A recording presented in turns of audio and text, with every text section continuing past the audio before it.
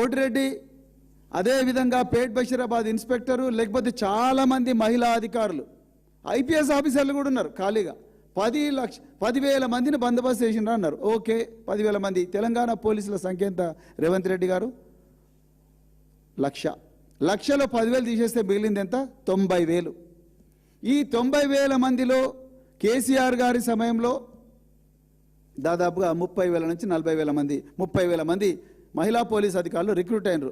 అందులో ఒక్క మహిళా పోలీస్ అధికారి కూడా దొరకలేదనంటే ఈ బాధితురాల దగ్గర మేము పంపించడానికి ఎట్లా ఓపెన్గా అబద్ధాలు కూడా అతికినట్టు చెప్తున్నారు రేవంత్ రెడ్డి గారు మీరైతే. కానీ మీరు అనుకుంటున్నారు జనాలు నమ్ముతారు అనుకుంటారు, కానీ అట్లా ఉండదు. నిజం నిప్పు లాంటిది, తెలుస్తుంది.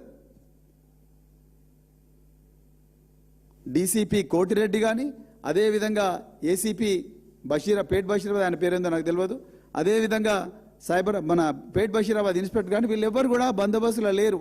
ఉంటే చూపించండి, టవర్ లొకేషన్స్ చూపించండి, తీసి టవర్ లొకేషన్ చూపించండి. మీరు ఏం చెప్పినంటే అయ్యా బండి సంజయ్ వచ్చిండు, వాళ్ళ కొడుకు ఏదో ఇబ్బందులు ఉన్నాడు, ఆయన ఎట్లా కాపాడాలి కాబట్టి మీరు ఏదన్నా చేసి కాపాడండి అంటే ఇక మన వాళ్ళు పోలీసు వాళ్ళు more loyal than the king. ఏదన్నా చేసినంటే కరీంనగర్ ఆయన నాన్ బెయిలబుల్, ఇక్కడ బెయిలబుల్, నిందితుడు పరార్. ఈ రోజు వరకు కూడా దొరకలేదు. మీరు ఎట్లా జోకేస్తున్నారంటే రేవంత్ రెడ్డి గారు, ఇప్పుడు మీరు ఒక నిస్సహాయ ముఖ్యమంత్రి, నిస్సహాయ హోంమంత్రిగా బండి సంజయ్ గారిని అడుక్కుంటున్నారు, దయచేసి మీ కొడుకుని సరెండర్ చేయి, ఇది మంచిది కాదు. ఒక ముఖ్యమంత్రి, ఒక హోంమంత్రి చట్ట ప్రకారం డ్యూటీ చేయాల్సిన వ్యక్తివి. ఈ రాష్ట్రంలో ఉండే 2 కోట్ల మంది మహిళల ధన మాన ప్రాణాలు రక్షించమనే ఈ ప్రజలందరూ కూడా నీకు ఓట్లు వేసిండ్రు. ఓట్లు వేస్తే మీరు వచ్చి బండి సంజయ్ గారిని అడుక్కుంటారు, దయచేసి మీ కొడుకుని తీసుకురా అంటే ఆయన తీసుకురాకపోతే నువ్వు అరెస్ట్ చేయవా?